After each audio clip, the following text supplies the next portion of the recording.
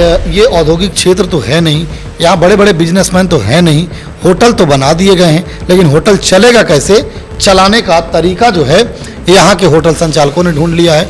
और वह तरीका वही है कि भाई पिता के सामने बेटी को खींच करके ले जा रहे हैं। कल गया में, औरंगाबाद में, पटना में, कई और जिलों में लगातार पुलिस का संघन छापेमारी होटल में हुई है।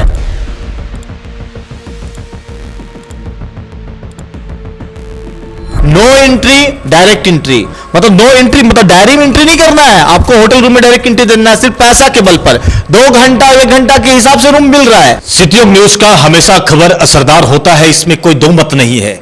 आप लगातार देख रहे होंगे कि हम लोगों ने जो खबर दिखलाया है, सिटीयोग ने जो खबर दिखलाया है, उस पर मोहर भी लगी है और असर भी हुआ है। चितरंजन, लगातार देखिए, हम लोगों ने सबसे पहले दिखलाया था कि किस तरह से बिहार के सीएम सम्राट चौधरी को गाली गलौज की जा रही है। एक व्यक्ति मगही का गायक था, आज वो गिरफ्तार हुआ।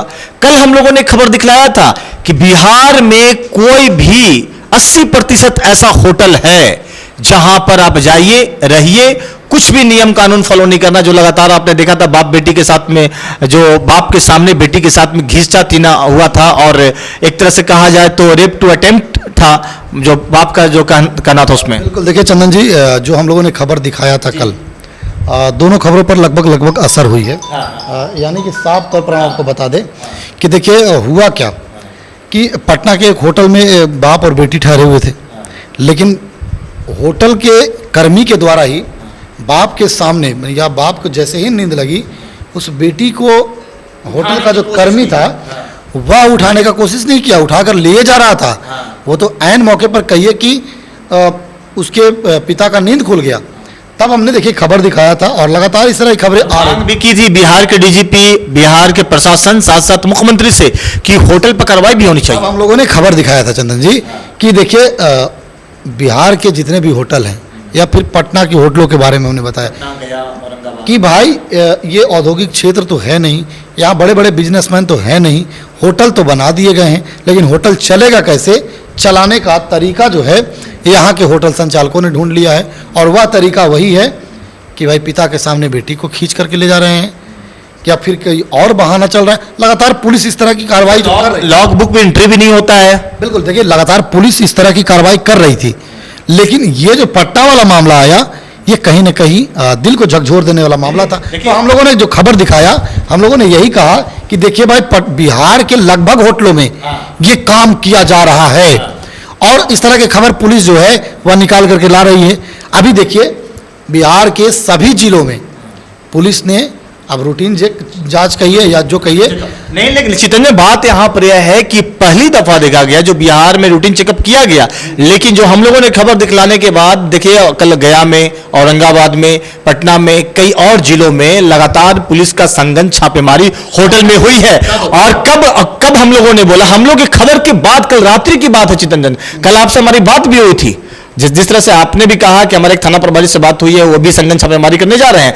तो बात अब यहां पर यह है कि हम लोग खबर दिखला वही रहे हैं जो जिस पर जनता पर इफेक्ट होना चाहिए। देखिए आपने देखा था रोहतास के एक होटल में, मैरिज हॉल में क्या था, 50 की संख्या में, 50 से भी अधिक संख्या में लड़का और लड़की पकड़े गए थे। टिकारी में क्या था, लगातार पकड़ी जा रही थी लड़कियां और लड़के, गया टिकारी में था, बिल्कुल कपल जोड़ी पकड़े जा रहे थे।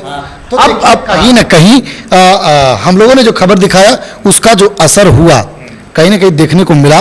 औरंगाबाद में सभी होटलों में अर्धरात्रि में, आधी रात में 10 बजे के बाद 11 बजे से शुरू हुई है कार्रवाई, और सभी होटलों में लगभग पुलिस ने जांच किया, और जांच के क्रम में देखिए कुछ संदिग्ध लोग भी पकड़े गए, जैसा कि पुलिस सूत्रों से हमें जानकारी प्राप्त हुई। औरंगाबाद में कुछ लोग पकड़े गए हैं और उन लोगों से पूछताछ जारी है।